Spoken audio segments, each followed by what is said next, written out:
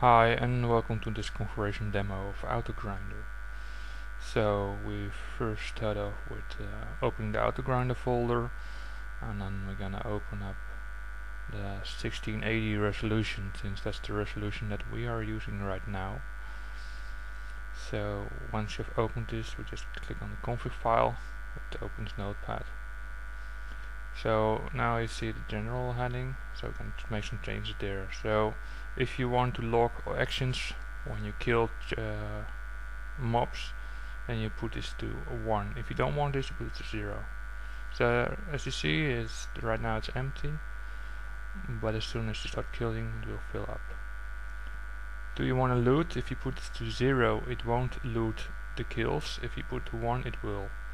Resting, the same thing. If you drop below a certain point of mana or health, put it to 1 and do a rest, else it won't.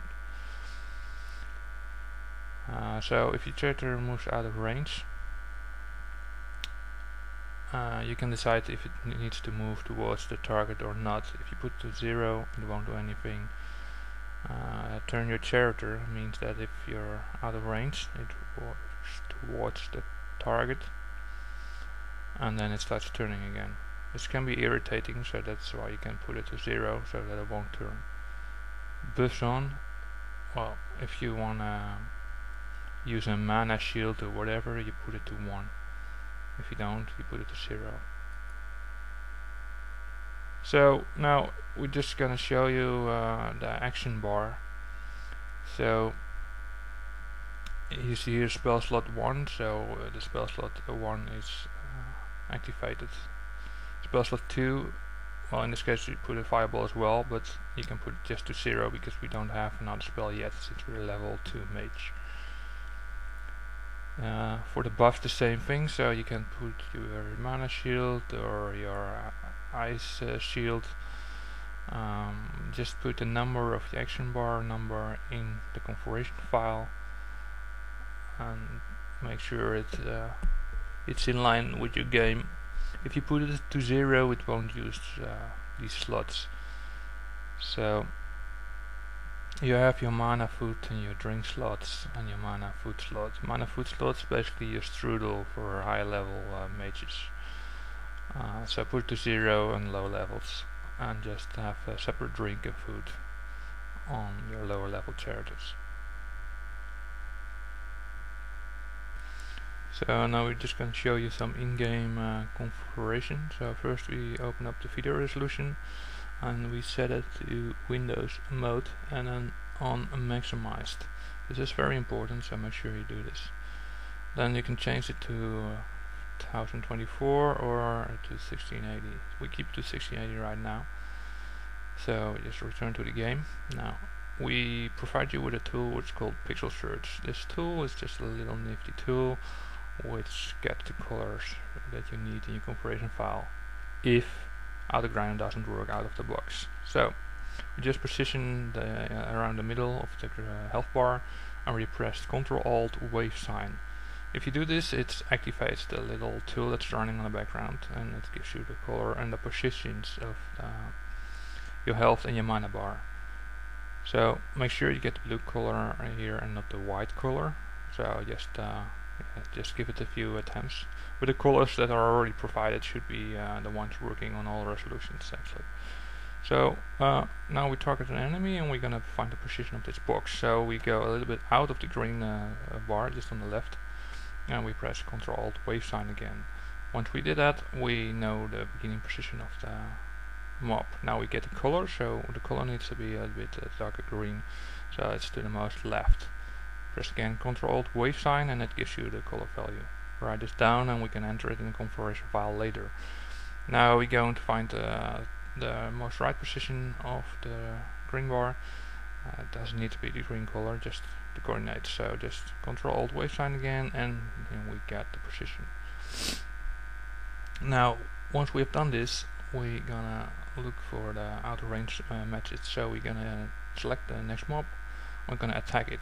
So in this case with a fireball it gives us out of range message. So we need the coordinates of the letter O from this out of range message and the color. So first off we just get the left top position of the letter and then we do it again and we get the right bottom position of the letter.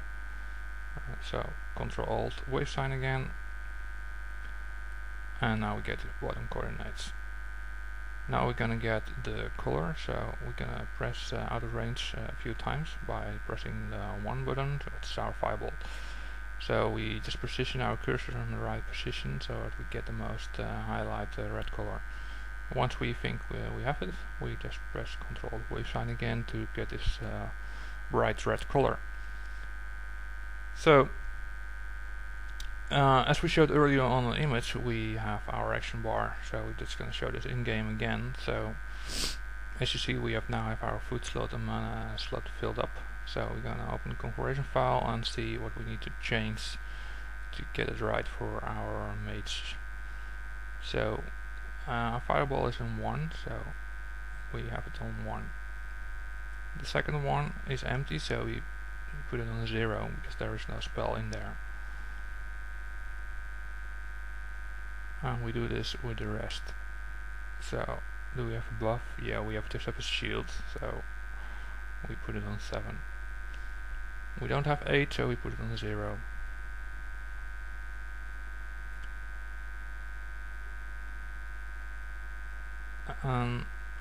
Once we have done that, we can close it up. As you can see right now, we're just making some small adjustments for the mana and the food, which is on 5 and 6, and we don't have mana food in 1, which is from the higher level mages, as I explained earlier. So we're gonna put it on 0, else it's casting something that's not there. So if it starts resting, it starts eating or drinking according to the colors. So if your health is low, it starts eating. If your mana is low, it starts drinking the mana. So now, right now we're gonna need the coordinates of the chat box. So I'm gonna send my own a wisp to myself, so that we know which color we need, which is the bright purple color in our case. Actually, in most cases. So we just first get the position of the line. I take 2 lines right now, but you can make it 1. Just don't get the whole box. If you get the whole box, it keeps finding the color and starts to keep replying to yourself. So you have to be a bit careful with this, but you can just try it out. If it doesn't work for you, just put it on 0 in the configuration file and it won't reply in any way. So just get the left position and the right position, and bottom left and bottom right position, and then get the color. And of course, again, we use this pixel switch tool again for it.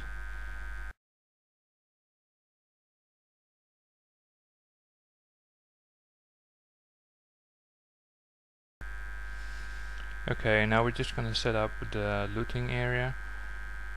So we're just going back to World of Warcraft, and we use the pixel search tool again. So we just first kill this wolf, so that we know in which area we need to start looting. So we just tilt the camera a bit more, which you can do before you run the bot as well, so that your looting area can be bigger if you want to. So we take the top left position, and we take the right top position. So you press Ctrl Alt wave sign again, and write these numbers down into the configuration file. So once you change it in the configuration file, you go back to World of Warcraft, and then we take the top, the bottom left position, and then we take the bottom right position, again by pressing Ctrl Alt wave sign. Change your configuration file to your needs, and you're done setting up the looting area. So thank you for watching this autogrinder configuration video.